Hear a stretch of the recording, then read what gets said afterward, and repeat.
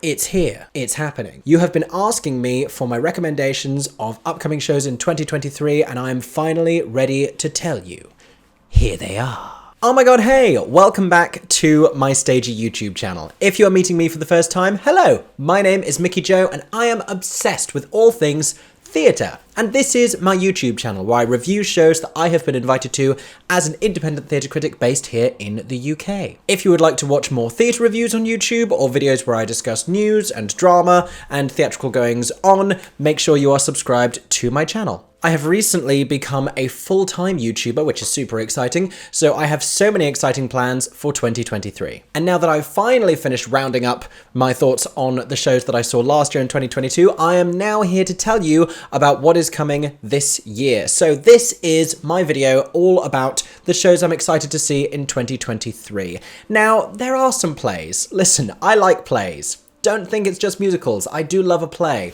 But for whatever reason, the plays in 2023 aren't thrilling me yet. Maybe I need a little bit more casting, or maybe I'm going to go and see some stuff and think, oh my gosh, I was wrong to dismiss this play. But I just don't know where the exciting play announcements are. And there's some things that I'm really intrigued about, but it's the musicals that have me more excited at the moment. So this is strictly musicals top 10 list. What are we looking forward to in 2023? Also, this is about shows that I haven't seen yet. So I should mention there's so many shows which are transferring to the West End in 2023 that I've seen before. Things like The Great British Bake Off, the musical, Rob Madge's My Sons Are Queer, But What Can You Do? Operation Mincemeat, going to the Fortune Theatre. Like, there's lots of exciting things. I've mentioned all of these before on my channel. You can go and find all those old videos for my thoughts on those. Also, I'm wearing a Beetlejuice shirt today. I don't know if you can see it. I'm going to stand up.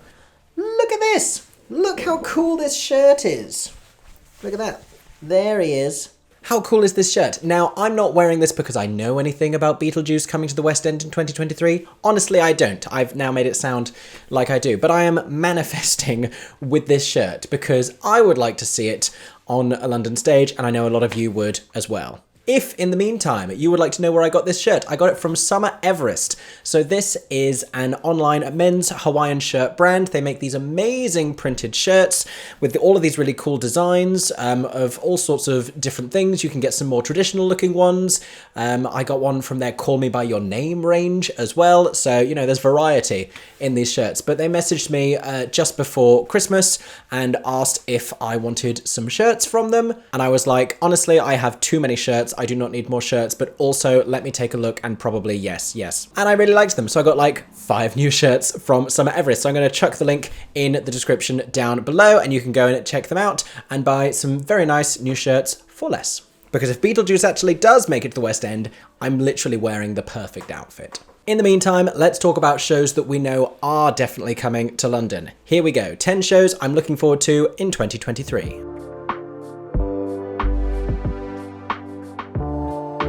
So the first one I want to talk to you about is one that is opening really soon. This is Standing at the Sky's Edge. This is playing right now at the Crucible Theatre in Sheffield. Is it called the Crucible Theatre or is it just called Sheffield Crucible? I've been there, but I forget.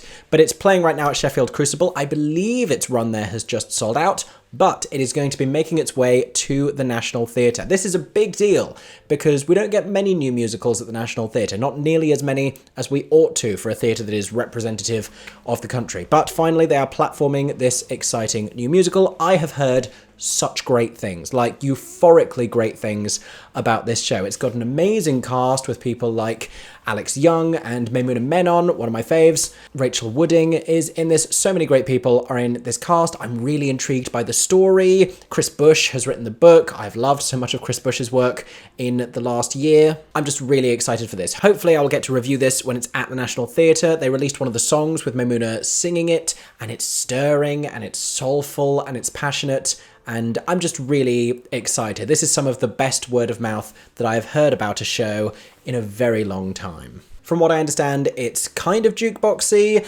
and the story follows 3 different generations living in the same flat, obviously at different times, and it tells a story about sort of social change, and it has a lot of conversations to do with that as well, and possibly gentrification, I'm assuming. But from what I understand, other characters will sing over scenes with other characters. So I'm just really intrigued about how that's going to work. But like I said, it's what I've heard from audiences that is making me the most excited about this. And I have yet to see Maimouna ever do a bad show. Maimouna has exceptional taste, and I have loved everything that she has ever been in. So that to me is a mark of quality. Next up is another new musical, technically, because it never quite made it to the West End stage the last time it was in town. I am talking about Sylvia at the Old Vic.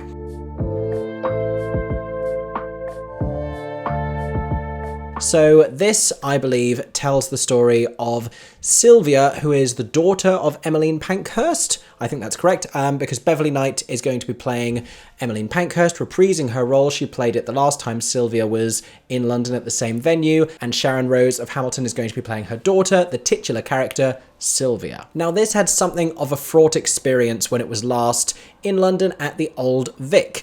It was attempting to open, and I believe there was cast illness, and then it became a workshop version of the show. So very few people actually got to see the full version, but one of those people was my very enthusiastic and stagey boyfriend, Aaron James. And he has scarcely stopped talking about this since it got announced. He is so excited for Sylvia to come to the West End. And so I need to go and see it, if only so that I can finally participate in these conversations with him, because he needs for someone else to have seen it to understand why he's excited. I feel like it's another in the line of shows that are wanting to maybe replicate the success of Hamilton, and this is perhaps trying to become the British Hamilton. Arguably Six has already done that in a way that is similar enough, but also has enough of its own identity that made it really successful. But a lot of things like Tokyo Rose and like maybe Fantastically Great Women as well have this similarity to Hamilton, or seem to be trying to do a similar thing with recontextualizing this historical story, being a little bit biographical, but using a more diverse casting approach and using contemporary music. And there are certainly elements of Hamilton's success that producers and creatives should be looking to that are indicative of the appetite of a modern audience, but it never works to just try and exactly replicate something. So I'll be intrigued to see how much Sylvia forges its own identity and comes out of the shadow of Hamilton. Next up is a UK premiere that is happening outside of London. We journey now to the Hope Mill Theatre, where Head Over Heels is going to be opening next month.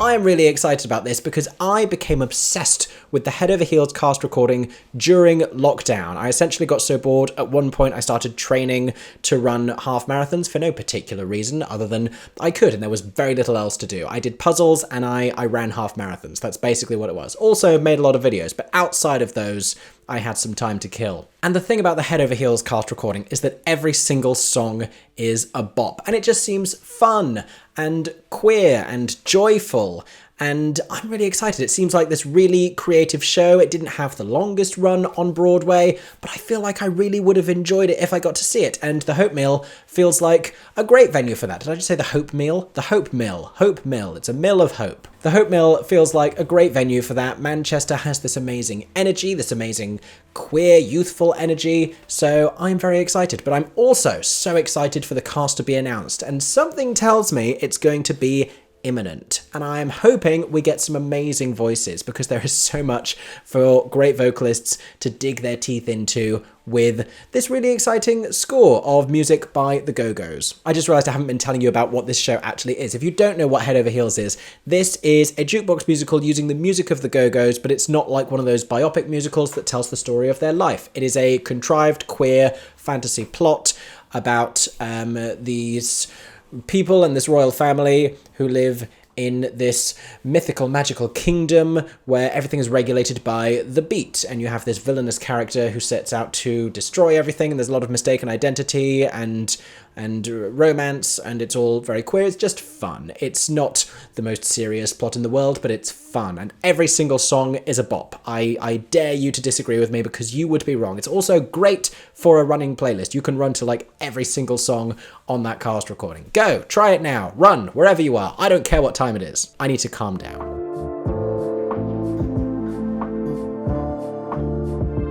In March of this year, we are getting another UK premiere heading over here from off-Broadway, and this is going to be Winnie the Pooh the Musical. Now, as you may be able to tell from the abundance of bears behind me in my videos, I like a stuffed bear, and I am so excited for Winnie the Pooh. We got invited to the launch event towards the end of last year at the Disney Store. We got to meet Winnie the Pooh, both the puppet himself and the actor Jake Basil, who plays Winnie the Pooh, who is so talented and was so lovely. This may be the show I am the most excited to see in 2023, because I am a big Disney person, as well as being a big musical theatre person. I'm an annual pass holder at Disneyland Paris. I go there as often as I can. I love meeting characters, so getting to see Disney characters on a stage doing musical theatre is also one of my favourite things. And I don't care how old you are, that nostalgic love for the Winnie the Pooh characters in the 100 Acre Wood, that never goes away for me. I can still watch those old Winnie the Pooh cartoons and it will still make me cry. It's just so wholesome and lovely, and I'm really excited. Like, not only will I see this in London, I anticipate following this around on as many tour stops as I can, because you can't get enough Winnie the Pooh joy. So you may think it's silly, you may think it even undermines my integrity as a serious professional theatre critic, but I unashamedly love Winnie the Pooh, and I'm very excited to go and see it. Because I got to meet Winnie the Pooh, but I haven't met Piglet. If that happens, I will cry. That's just a fact.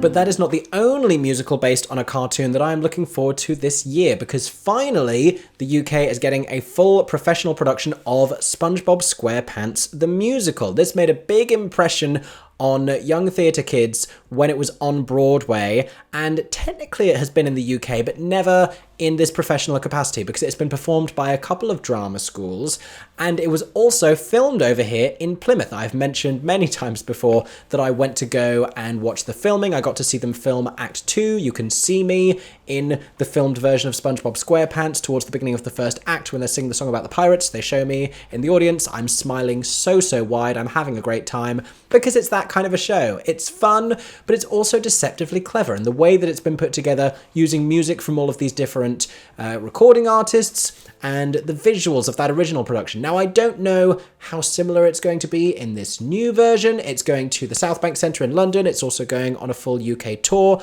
I'm hoping there is, if not replica production and costuming, that there is creativity in abundance, because it's the kind of show where you're never going to be able to recreate SpongeBob looking like SpongeBob on stage. So it gives you license to be creative in how you recreate these characters and their aesthetics and the whole world of being underwater with a pineapple and all of the madness that is in SpongeBob SquarePants. But also a deceptively sophisticated musical that has a real important narrative about climate change and about how it can affect a community and about how fear-mongering can affect a community. So I challenge even sophisticated adult theatregoers to go and see SpongeBob SquarePants. You may be surprised at how much you enjoy it. This is certainly not just a musical for kids.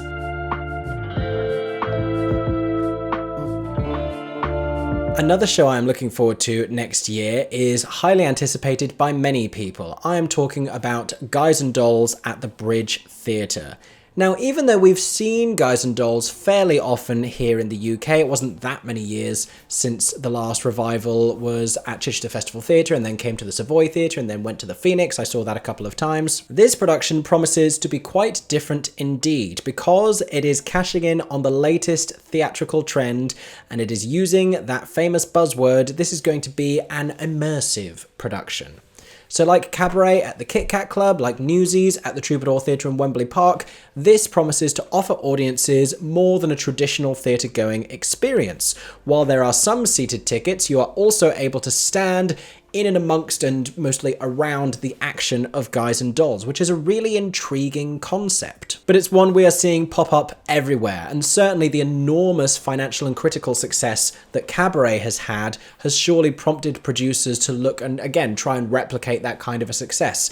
Take a classic show with name recognition that's going to appeal to a more classic and traditional market of theatre goers, and then give it this contemporary spin that's going to make it more interesting than it would usually be to a younger generation of theatre goers. And I'm excited for that. You know, I like to see anything reinvented. One of my favourite things to go to is a revival of a musical that I know being done in a completely different way. We had it this year with Oklahoma as well at the Young Vic. Completely different production that reinvented everything that you may know previously about Oklahoma. It sounded different. It looked different. The whole thing was way more intense and sensual than you would expect the classic musical Oklahoma to be.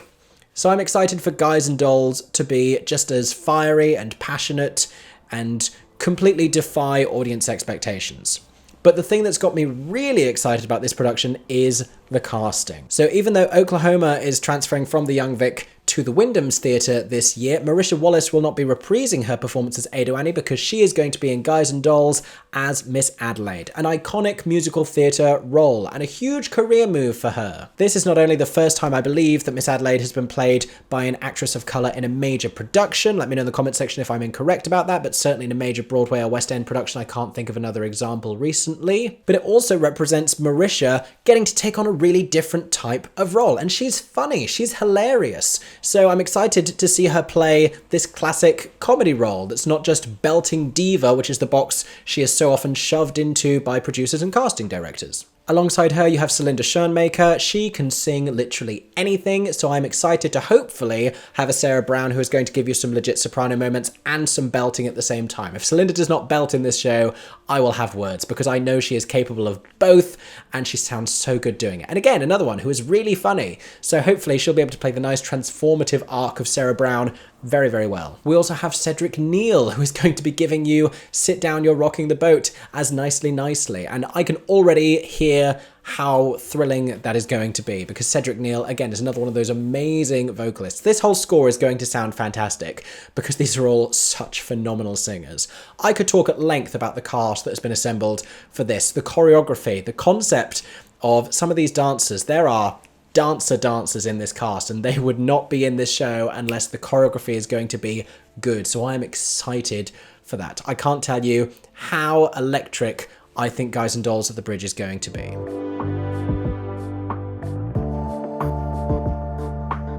But it's not the only major revival that I'm excited for, because Regent's Park Open Air Theatre announced their season towards the end of next year. They have a few interesting things, including 2 musical revivals, as well as producing Le Cage aux Folles. They will be producing Once on This Island.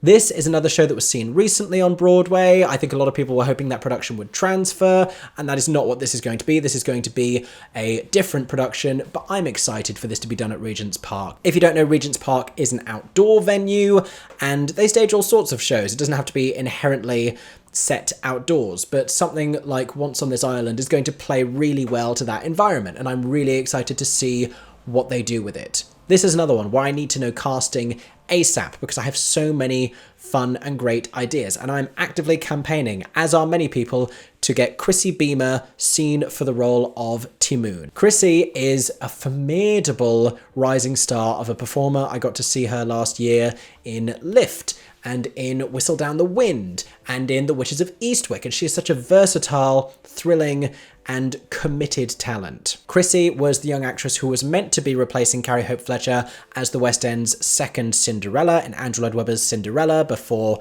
they put the bad on the front, and she never got to take on that role, which would have been a huge career opportunity for her. But prior to all of that, she played Timoon in, I believe, a British Theatre Academy production of Once on This Island at Southwark Playhouse opposite Sam Tutty, now Olivier Award-winning original West End Dear Evan Hansen, and I've heard great things about her performance in that student version of the show, so I think it would be fantastic if she got to reprise that in a full professional production at Regent's Park. So, let it be known, this is the Timoon that you need. Casting directors, call me. Now, from Once on This Island to simply Once.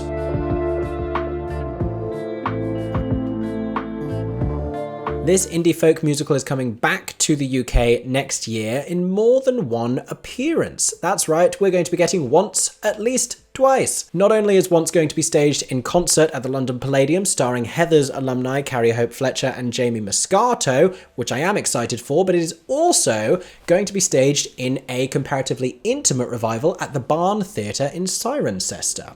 This is the one that really intrigues me. It hasn't announced starry casting like the Palladium version, but this is an inherently intimate and folky show that I think plays much better to this idea of a smaller theatre, and I'm really intrigued about what they are going to do with the show. Hopefully I'll get to see both versions, because I think it'd be really interesting to see a show revived twice in the same year in what is bound to be completely different productions. The scale difference between these two theatres necessitates it being completely different productions. So I'm very much looking forward to seeing Once, Twice in 2023.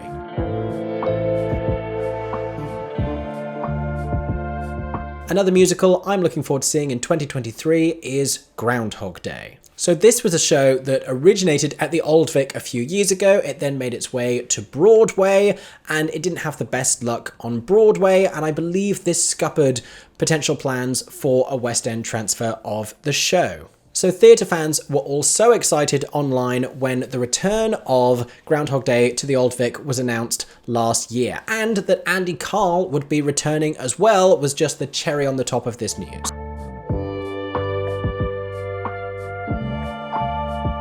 Another musical I'm looking forward to seeing in 2023 is Groundhog Day. Don't worry, your computer's not broken, I just like a dumb joke. So Andy Carl will be reprising his principal performance, and so many people popped up on Twitter and all said that they had been to see this show multiple times. And it had a very short run at the Old Vic, so I don't know how my entire Twitter feed all got to see it multiple times. Like, I'm not questioning why, it was a very exciting show.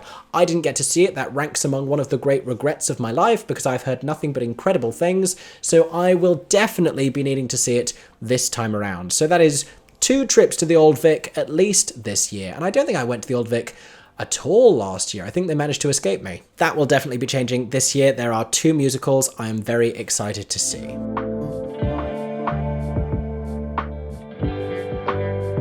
Another musical I'm looking forward to seeing in 2023 is... Okay, I'll stop. So we have arrived at the last of the 10 musicals I'm excited to see in 2023, and it is of course Next to Normal at the Donmar Warehouse.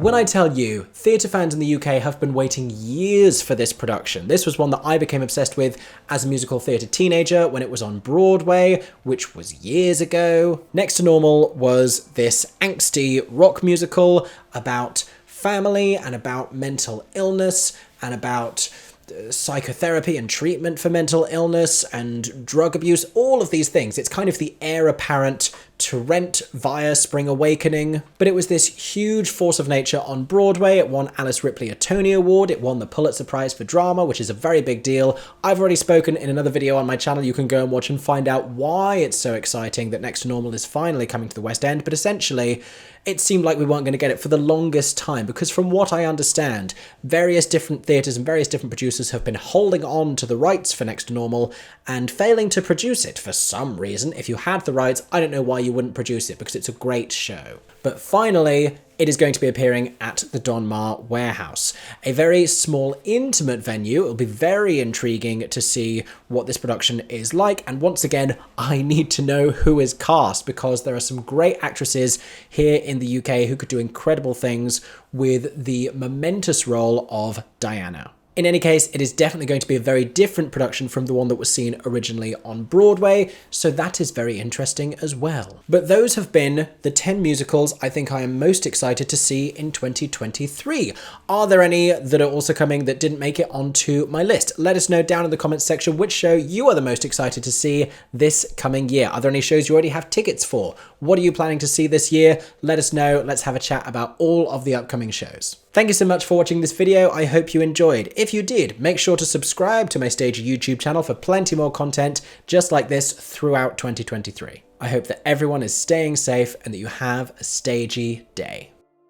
For 10 more seconds, I'm Mickey Joe Theatre. Oh my god, hey. Thanks for watching, have a stagey day. Subscribe!